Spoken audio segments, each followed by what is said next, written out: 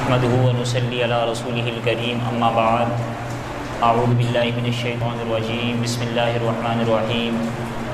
وقال النبی صلی اللہ تعالی علیہ وسلم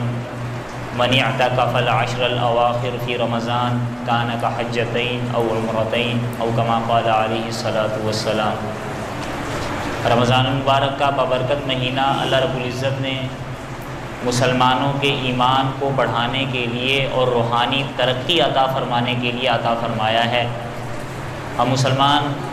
جب روزے رکھتے ہیں، تراویح کی نماز ادا کرتے ہیں، ذکر و اذکار، تلاوت، تسبیحات وغیرہ، یہ تمام اعمال ایسے ہیں کہ جس سے ہمارا ایمان مزید سے مزید تر بڑھتا ہے، اور جو اللہ سے ایک دوری ہو چکی ہوتی ہے اس دوری میں کمی واقع ہو کر ہم قربت کی طرف جو ہے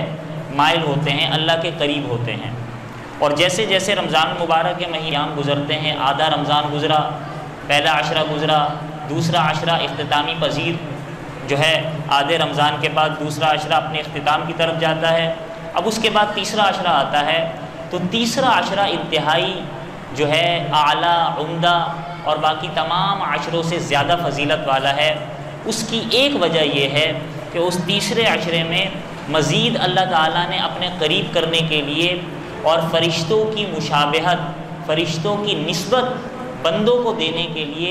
ایک اہم عبادت اعتکاف عطا فرمائی ہے کہ بندہ 10 دن کے لیے اللہ کے دربار میں آ جائے، اللہ کے سامنے اپنا جو ہے سر بسجود ہو جائے، دنیا سے تعلق ختم کر دے اور صرف اللہ کا ہو کر بیٹھ جائے، تو پھر اللہ تعالیٰ جو ہے اس کو فرشتوں والی نسبت بھی عطا فرماتے ہیں اور اس کے بے شمار گناہوں کو معاف فرما کر اس کے درجات کی بلندی اللہ تعالیٰ اس کے لیے عطا فرماتے ہیں۔ تو گویا دوسرا عشرہ اختتام پذیر ہے، پھر اس کے بعد جو تیسرا عشرہ آنے والا ہے اس میں ایک اہم عبادت اعتکاف ہے۔ اس اعتکاف کے لیے ہمیں اہتمام کرنا چاہیے، اور اس کی فضیلت نبی دو عالم صلی اللہ علیہ وسلم نے جو ارشاد فرمائی ہے، میں نے حدیث مبارکہ کی تلاوت کی، مجمع الزوائد کی حدیث ہے کہ آپ علیہ الصلوۃ والسلام نے ارشاد فرمایا کہ جو رمضان مبارک کے آخری عشرے کے اعتکاف کرتا ہے تو اس کا ثواب اتنا ہے کہ کان کحجتین او عمرتین، اسے 2 حج یا 2 عمروں کا ثواب اللہ تعالیٰ عطا فرماتے ہیں۔ نفلی حج اور نفلی عمروں کا ثواب اللہ رب العزت عطا فرماتے ہیں، اتنا بڑا ثواب ہے۔ اور حضرت عبداللہ بن عباس رضی اللہ تعالیٰ عنہما کی ایک روایت ہے جس میں وہ فرماتے ہیں کہ اگر کوئی 1 دن کا اعتکاف کرتا ہے، نفلی اعتکاف،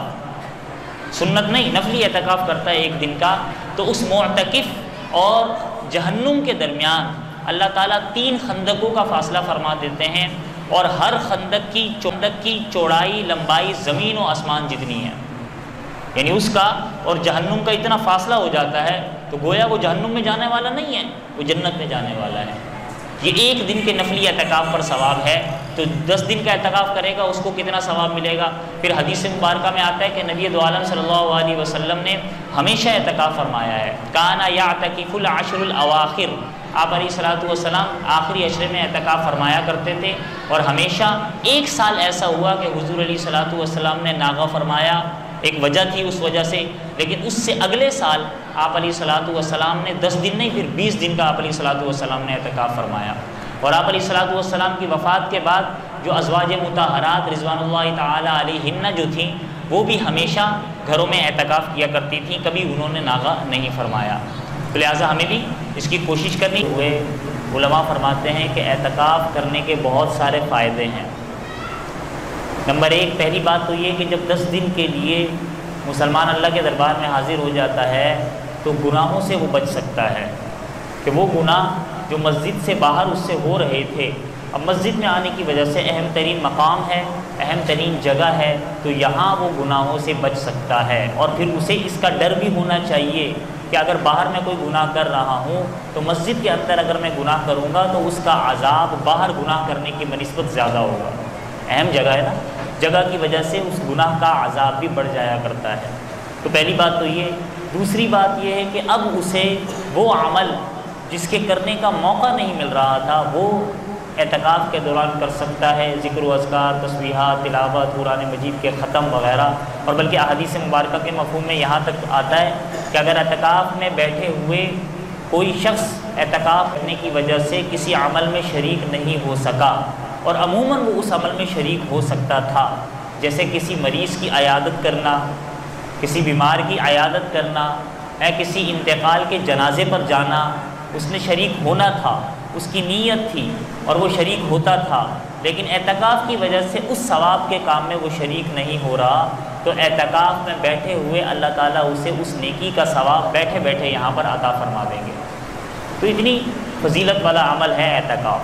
باقی فضائل آپ حضرات کے سامنے بیان ہوئے تھے۔ اعتکاف 3 طرح کے ہوتے ہیں۔ ایک اعتکاف کہلاتا ہے واجب۔ یہ واجب اعتکاف کون سا ہے؟ یہ انسان جو کوئی نظر اور منت مان لیتا ہے نا کہ میرا فلاں کام ہو گیا تو میں 3 دن کا اعتکاف کروں گا، 1 دن کا کروں گا، 10 دن کا کروں گا، یہ اس نے اپنے اوپر واجب کر لیا ہے، ضروری کر دیا ہے، اسے کہتے ہیں واجب اعتکاف۔ اس اعتکاف کے لیے روزہ شرط ہے، چاہے